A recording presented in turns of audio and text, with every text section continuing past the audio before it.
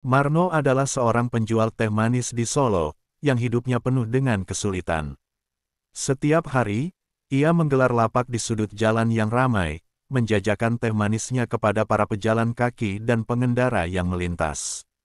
Namun, meski usaha kerasnya, ia selalu merasa terjebak dalam lingkaran kemiskinan. Banyak orang yang menikmati teh manisnya, tetapi keuntungan yang didapatkannya tidak cukup untuk menutupi utang-utang yang menumpuk akibat kebangkrutan usaha kuliner yang pernah ia jalani. Suatu malam, setelah berhari-hari berjuang melawan kesulitan, Marno duduk termenung di pinggir jalan. Hujan rintik-rintik mulai turun, menambah suasana kelam di hatinya. Ia mengingat kembali impiannya untuk memiliki restoran yang sukses, tetapi semua itu hancur dalam sekejap. Rasa putus asa menggerogoti jiwanya, dan ia merasa bahwa dunia ini tidak adil. Dalam keputusasaan, ia memutuskan untuk pulang ke kampung halamannya di desa Manajawa, berharap menemukan ketenangan dan mungkin jalan keluar dari semua masalahnya. Setibanya di Manajawa, suasana desa yang tenang seakan memberikan sedikit harapan baru bagi Marno. Ia menyambangi rumah orang tuanya yang sederhana, yang sudah lama tidak ia kunjungi. Namun, sambutan hangat dari keluarganya tidak mampu menghapus rasa sakit yang ia bawa. Marno merasa terasing, seolah tidak lagi memiliki tempat di dunia ini. Ia berusaha menghibur diri dengan mengingat kembali kenangan masa kecil, tetapi bayang-bayang kegagalan selalu mengikutinya. Di desa tersebut, Marno bertemu dengan Tanto, sahabat lamanya. Tanto adalah sosok yang selalu optimis dan penuh semangat. Dengan sabar, Tanto mendengarkan cerita Marno tentang kegagalannya dan utang yang membebani hidupnya. Tanto berusaha memberi semangat dan mengajak Marno untuk bersama-sama mencari pekerjaan atau usaha baru, tetapi Marno merasa putus asa dan tidak percaya diri. Ia merasa tidak layak mendapatkan kesempatan kedua. Suatu hari, saat membersihkan rumah peninggalan kakeknya, Marno menemukan sebuah kitab kuno yang tergeletak di sudut ruangan. Kitab Batarworo, demikian tulisan yang tertera di sampulnya. Buku itu terlihat usang, dengan aksara Jawa yang sulit dibaca. Marno merasakan ketertarikan yang aneh terhadap kitab tersebut, seakan ada sesuatu yang memanggilnya untuk membacanya. Dalam kegalauannya, ia membuka halaman pertama dan mulai membaca. Di dalam buku itu, Marno menemukan berbagai ritual dan petunjuk yang diyakini dapat membawa kekayaan. Ada banyak larangan dan peringatan, tetapi satu hal yang menarik perhatiannya, pesugihan yang membutuhkan tumbal. Meskipun hatinya bergetar mendengar kata tumbal, Marno terpesona oleh janji kekayaan yang dapat mengubah hidupnya. Dalam keadaan terdesak, ia mulai membayangkan bagaimana kehidupan yang lebih baik, jauh dari utang dan kehampaan yang selama ini mengisi harinya. Setelah membaca beberapa halaman, Marno merasa ada kekuatan yang mengalir dalam dirinya. Ia teringat pada nenek moyangnya yang selalu berbicara tentang kekuatan spiritual dan pentingnya menjaga tradisi. Dalam penglihatan yang tiba-tiba muncul, ia merasa seolah nenek moyangnya sedang memanggilnya, mengajaknya untuk mempelajari isi kitab tersebut.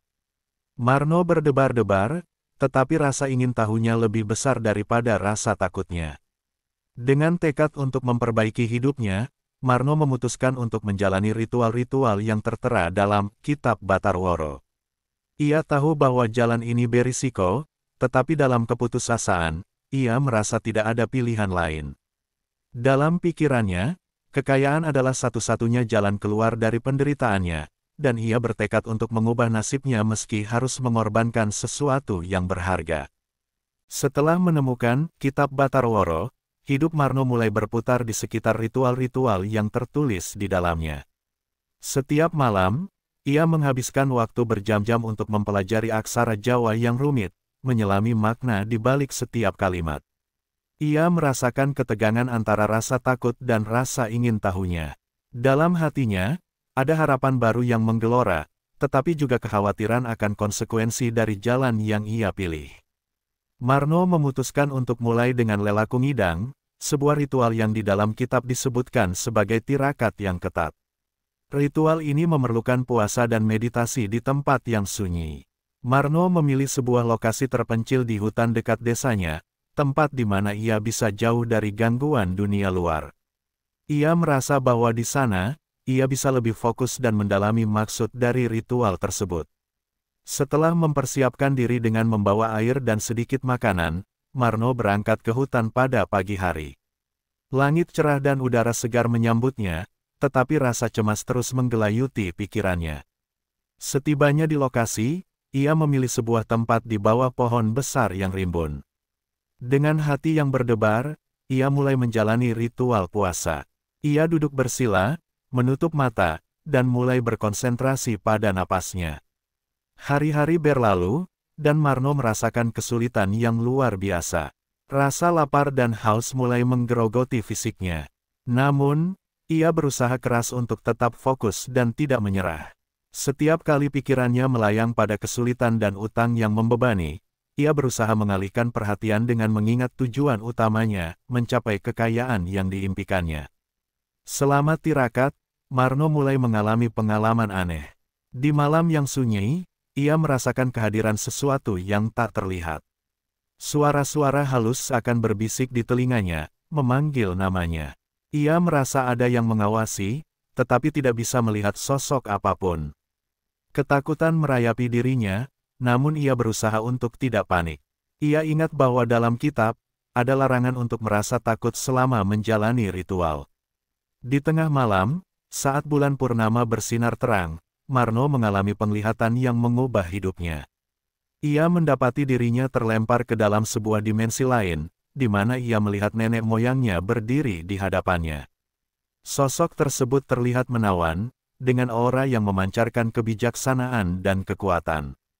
Nenek moyangnya tersenyum, tetapi ada kesedihan yang mendalam di matanya. "Nak Marno," suara nenek moyangnya bergema, "kekayaan yang kau cari bukanlah tanpa harga. Setiap langkahmu membawa konsekuensi. Pikirkanlah baik-baik sebelum melanjutkan jalan ini." Marno merasa tertegun. Rasa takut dan harapan bercampur aduk dalam jiwanya. Ia ingin bertanya, tetapi kata-kata seakan terhenti di tenggorokannya. Dalam penglihatan itu, nenek moyangnya menunjuk ke arah sebuah jalan berliku yang dipenuhi bayangan.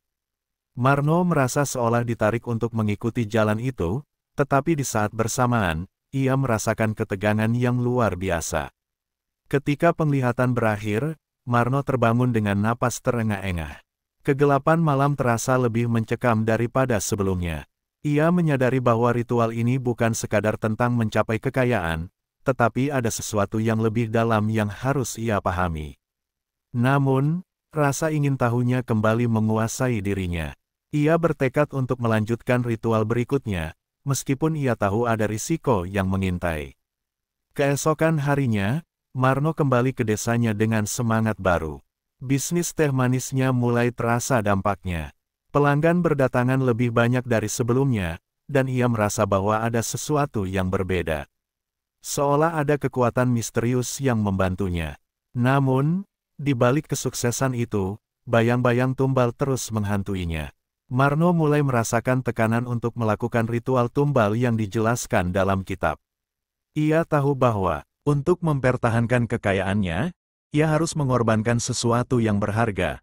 Rasa bersalah dan ketakutan mulai menyelimuti hatinya, tetapi ia berusaha untuk tidak membiarkan perasaan itu menguasai dirinya. Dalam benaknya, kekayaan adalah segalanya, dan ia bertekad untuk mencapai impian itu, meskipun harus membayar harga yang sangat mahal.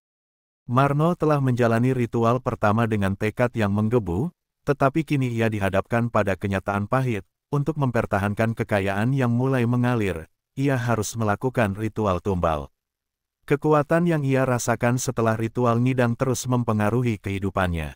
Usaha teh manisnya berkembang pesat, dan Marno mulai meraih keuntungan yang selama ini hanya ia impikan.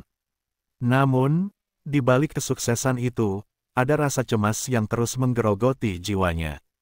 Setiap malam, Marno terbangun dengan keringat dingin membasahi tubuhnya, terbayang akan penglihatan nenek moyangnya yang memperingatkannya tentang harga yang harus dibayar. Rasa bersalah mulai menggerogoti hatinya, terutama ketika ia melihat wajah Tanto, sahabatnya yang setia mendukungnya. Tanto tidak hanya seorang teman, tetapi juga seseorang yang selalu berusaha memberinya semangat dan harapan. Dalam hati, Marno tahu bahwa untuk menjalani ritual tumbal, ia harus mengorbankan sesuatu yang berharga bagi hidupnya. Dan yang paling berharga baginya adalah persahabatan dengan Tanto. Suatu malam, saat Marno duduk sendirian di warungnya, ia mendengar bisikan halus dari kitab yang selalu ia simpan dekat. Suara itu seolah memanggilnya, menuntut agar ia segera melaksanakan ritual tumbal. Marno merasa terjebak dalam dilema yang menyakitkan. Ia ingin melindungi Tanto, tetapi keinginan untuk mempertahankan kekayaan yang baru diraihnya semakin kuat. Dalam benaknya, ia berusaha meyakinkan diri bahwa mungkin ada tumbal lain yang bisa dipilih, tetapi kitab itu tidak memberikan alternatif. Dalam kebingungan, Marno mendatangi Tanto. Ia merasa perlu berbicara dengan sahabatnya tentang apa yang terjadi. Dengan hati-hati, ia menceritakan tentang kitab dan ritual yang telah dilakukannya. Tanto mendengarkan dengan seksama, tetapi raut wajahnya berubah ketika Marno menyebutkan kata tumbal. "Apa yang kau lakukan, Marno? Ini bukan jalan yang benar." Tanto menegur dengan nada khawatir. "Kau tidak bisa mengorbankan hidup seseorang demi kekayaan. Hidup kita lebih berharga dari semua itu." Marno merasakan hatinya tertekan, tetapi ia tidak bisa mengabaikan fakta bahwa kekayaan yang ia raih terasa begitu menggoda. Sebuah suara dalam dirinya berkata bahwa ini adalah kesempatan terakhirnya. Ia berusaha membujuk Tanto untuk memahami bahwa semua ini demi masa depan yang lebih baik, tetapi sahabatnya tetap menolak. Malam itu, Marno terjaga dengan rasa bersalah yang menggerogoti pikirannya. Ia tidak bisa tidur, membayangkan kemungkinan kehilangan Tanto. Semakin ia mencoba melupakan ritual tumbal, semakin kuat dorongan untuk melakukannya. Dalam keadaan putus asa, ia akhirnya memutuskan untuk melakukan ritual tumbal, dengan harapan bisa menemukan cara lain untuk menyelamatkan Tanto nanti. Hasil dari ritual tumbal itu ternyata lebih mengerikan daripada yang ia bayangkan. Dalam gelapnya malam, Marno mengikuti langkah-langkah yang tertera di Kitab Batarworo. Ia menyiapkan sesajen yang terdiri dari benda-benda berharga, serta memanggil arwah nenek moyangnya untuk meminta petunjuk. Dalam suasana yang mencekam, Marno mulai merasakan kehadiran makhluk gaib, dan ketakutan mulai menyelimuti hatinya. Ketika ritual hampir selesai, Marno mendengar suara Tanto memanggil namanya dari kejauhan. Suara itu terdengar jelas, seolah menembus kegelapan malam. "Marno, apa yang kau lakukan? Kembalilah." Teriakan itu membuat Marno terhenti, hatinya bergetar mendengarnya. Dalam sekejap, ia dihadapkan pada pilihan yang menyakitkan. Ia bisa melihat bayangan Tanto di kejauhan, wajahnya penuh kekhawatiran. Dalam momen itu, Marno merasakan betapa dalamnya ikatan persahabatan mereka, dan betapa bodohnya ia jika melanjutkan ritual ini. Namun, kekuatan yang ia rasakan menghalanginya untuk mundur. Dengan hati yang hancur, Marno melanjutkan ritual. Tetapi saat ia mengucapkan kata terakhir, rasa bersalahnya meluap. Dia merasakan kesedihan yang mendalam, seakan seluruh dunia runtuh di hadapannya. Ia tahu bahwa apapun yang terjadi, ia tidak akan bisa mengambil kembali keputusan ini. Ketika ritual selesai, Marno merasakan kekuatan baru mengalir. Tetapi pada saat yang sama, ia merasakan kehilangan yang tak terbayangkan. Keesokan harinya, Marno kembali ke warungnya, tetapi suasana hatinya telah berubah. Ia tidak bisa menikmati kekayaan yang telah diraihnya. Setiap kali ia melihat pelanggan yang berdatangan, bayangan Tanto selalu mengikutinya, mengingatkannya akan harga yang telah dibayar. Marno mulai merasa terasing di tengah keramaian. Sejak saat itu, Marno mengalami mimpi buruk setiap malam.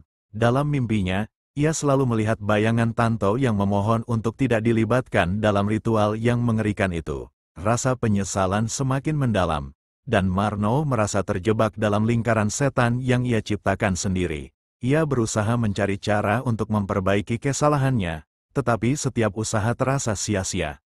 Setelah melakukan ritual tumbal, Marno mulai merasakan perubahan yang mencolok dalam hidupnya. Bisnis teh manisnya berkembang pesat, menarik lebih banyak pelanggan daripada sebelumnya. Setiap hari, lapak kecilnya dipenuhi orang-orang yang ingin mencicipi teh manis yang terkenal enak. Namun, di balik kesuksesan tersebut, Marno merasakan beratnya beban yang harus ditanggung. Bayangan sahabatnya, Tanto, selalu menghantuinya, mengingatkan bahwa harga yang harus dibayar tidak hanya berupa benda. Hari-hari berlalu, dan Marno terjebak dalam rutinitas yang semakin menuntut. Meskipun uang mengalir deras, hatinya terasa kosong. Ia sering merasa terasing, seolah dunia yang mengelilinginya hanyalah ilusi dari kebahagiaan. Dalam keramaian pelanggan, ia merasa sendirian, dan setiap senyuman yang ia terima hanya menambah rasa bersalah di dalam hatinya. Dalam malam-malam yang sepi, ia teringat pada suara Tanto yang memohon agar ia tidak melakukan ritual tumbal. Suatu malam, saat sedang menyiapkan teh untuk pelanggan, Marno mendapati dirinya teringat pada penglihatan yang pernah ia alami. Nenek moyangnya memperingatkannya tentang konsekuensi dari tindakan yang diambil. Dalam pikirannya, Marno berusaha meyakinkan diri bahwa ia masih bisa mengubah jalan hidupnya, tetapi rasa putus asa menggerogoti jiwanya. Ia mulai mencari cara untuk menebus kesalahannya, tetapi setiap upaya terasa sia-sia. Marno kembali membuka kitab Batarworo, berharap menemukan petunjuk untuk menebus dosa-dosanya. Namun, setiap halaman seakan menertawakannya, menunjukkan bahwa tidak ada jalan kembali. Ia merasa semakin terjebak dalam kutukan yang ia ciptakan sendiri. Dalam hati, Marno ingin menghentikan semua ini, tetapi ia tahu bahwa kekayaan yang telah ia raih membuatnya semakin jauh dari jalan yang benar. Suatu malam, saat bulan purnama bersinar terang, Marno terbangun dari tidurnya dengan perasaan tidak nyaman. Ia merasakan getaran aneh di sekelilingnya. Dalam kegelapan, ia melihat bayangan yang bergerak di sudut kamar. Ketika ia berusaha untuk melihat lebih dekat, sosok itu semakin mendekatinya. Ternyata, itu adalah bayangan Tanto, wajahnya tampak penuh kesedihan dan kemarahan. "Marno, kau telah mengorbankan segalanya," suara Tanto menggema di ruangan. "Kau tidak bisa terus hidup dalam kebohongan ini. Kebahagiaan yang kau cari tidak akan datang dari kekayaan yang kau dapatkan dengan cara ini." Marno terbangun dengan napas terengah-engah. Tubuhnya basah oleh keringat. Ia tahu bahwa ia harus melakukan sesuatu sebelum semuanya terlambat. Ia tidak bisa terus mengabaikan bayang-bayang Tanto yang selalu hadir dalam hidupnya. Dalam ketakutan, Marno bertekad untuk mengakhiri ritual-ritual yang mengikatnya pada kekayaan yang tidak nyata. Keesokan harinya, ia mencari Tanto, berharap bisa menjelaskan semuanya. Namun, ketika ia tiba di rumah Tanto, ia menemukan bahwa sahabatnya telah menghilang. Keluarga Tanto tidak tahu kemana ia pergi, dan Marno merasa hancur. Rasa bersalahnya semakin dalam, dan ia menyadari bahwa ia telah kehilangan lebih dari sekadar sahabat. Dalam pencariannya, Marno berusaha untuk melakukan hal-hal baik, berharap bisa mendapatkan kembali kepercayaan dan persahabatan Tanto. Ia mulai membantu orang-orang di desanya, memberikan makanan kepada yang membutuhkan, dan berusaha memperbaiki kesalahan yang telah ia buat. Namun, setiap kali ia melakukannya, bayangan Tanto selalu mengingatkannya bahwa semua ini terlambat. Marno kini terjebak dalam dilema yang lebih besar. Kekayaan yang ia miliki tidak memberi kebahagiaan, melainkan hanya menambah rasa penyesalan. Ia merasa seperti boneka yang dikendalikan oleh kekuatan gelap, dan setiap kali ia melihat uang, ia teringat pada harga yang harus dibayar. Ia berusaha untuk menjauh dari dunia yang telah membuatnya terjerumus, tetapi itu tidak semudah yang ia bayangkan. Seiring berjalannya waktu, hidup Marno semakin diliputi oleh rasa penyesalan dan kesedihan. Meskipun bisnis teh manisnya terus sukses, Marno merasa hampa. Ia tidak bisa menikmati hasil jerih payahnya. Setiap sen, setiap pelanggan yang datang, hanya mengingatkannya pada Tanto, sahabat yang telah hilang akibat pilihan buruknya. Dalam setiap tawa dan senyuman pelanggan, ia hanya melihat bayangan wajah Tanto yang penuh kesedihan. Setiap malam, Marno terjebak dalam mimpi buruk yang sama. Ia selalu melihat Tanto, berdiri di tepi jurang, seolah memanggilnya untuk mendekat. Namun, setiap kali Marno berusaha meraih tangan sahabatnya, bayangan itu menghilang, menambah rasa putus asa dalam dirinya. Kekecewaan dan rasa bersalah semakin menggerogoti jiwa Marno, membuatnya merasa terasing di dunia yang seharusnya penuh dengan kebahagiaan.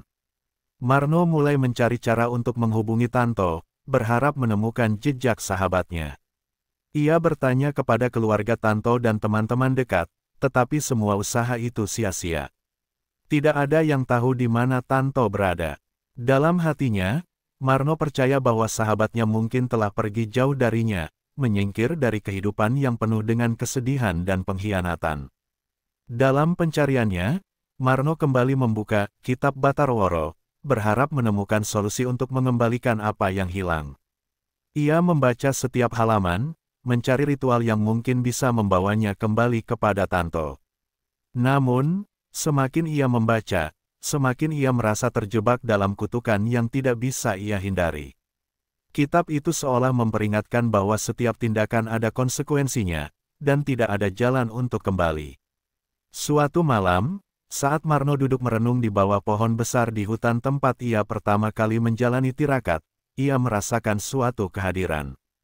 Angin berhembus lembut, dan di tengah kegelapan, ia melihat bayangan yang familiar. Ternyata itu adalah nenek moyangnya, yang muncul dalam penglihatan yang begitu jelas. Dengan suara lembut, nenek moyangnya mengingatkan Marno akan harga yang harus dibayar untuk kekayaan yang telah ia raih. Nak Marno, kau harus mengerti bahwa setiap keputusan membawa konsekuensi. Kekayaan yang kau cari tidak akan mengembalikan apa yang telah hilang. Jika kau ingin menebus kesalahanmu, kau harus siap untuk melepaskan apa yang kau miliki, kata nenek moyangnya, suaranya bergetar penuh emosi. Marno merasa hatinya tertekan. Ia tahu bahwa untuk mendapatkan kembali sahabatnya, ia harus melakukan sesuatu yang berani. Ia harus menghadapi kenyataan dan mengakui kesalahannya. Dalam perjalanan pulang, ia bertekad untuk melakukan ritual terakhir, meskipun ia tahu bahwa ini bisa berarti kehilangan segalanya.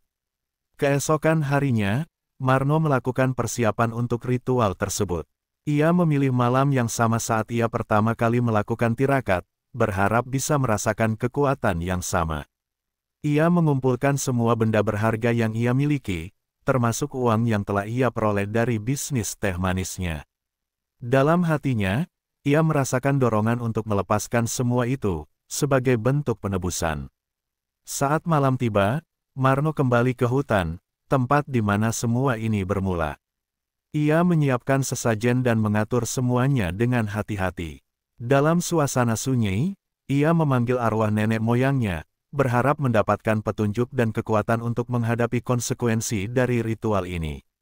Dengan napas dalam, ia mengucapkan kata-kata yang telah ia siapkan, berharap bisa memanggil kembali bayangan Tanto. Namun, saat ritual berlangsung, Marno merasakan getaran aneh di sekelilingnya. Suara-suara halus mulai terdengar, mengisi hutan dengan bisikan yang menakutkan. Semakin ia berusaha untuk berkonsentrasi, semakin kuat rasa ketakutannya. Dalam keputusasaannya, ia merasakan kehadiran bayangan Tanto, tetapi kali ini wajahnya tidak terlihat. Marno, kau tidak bisa mengubah apa yang telah terjadi. Tumbal telah terjadi, dan kau harus menerima konsekuensi dari tindakanmu. Suara bayangan itu menggetarkan hatinya. Marno mencoba untuk meraih bayangan itu, tetapi semakin ia berusaha, semakin jauh bayangan itu melangkah. Rasa putus asa dan kesedihan menyelimuti dirinya. Dalam momen itu, Marno menyadari bahwa tidak ada yang bisa mengembalikan sahabatnya. Semua usaha dan ritual yang dilakukannya tidak akan mengembalikan apa yang telah hilang.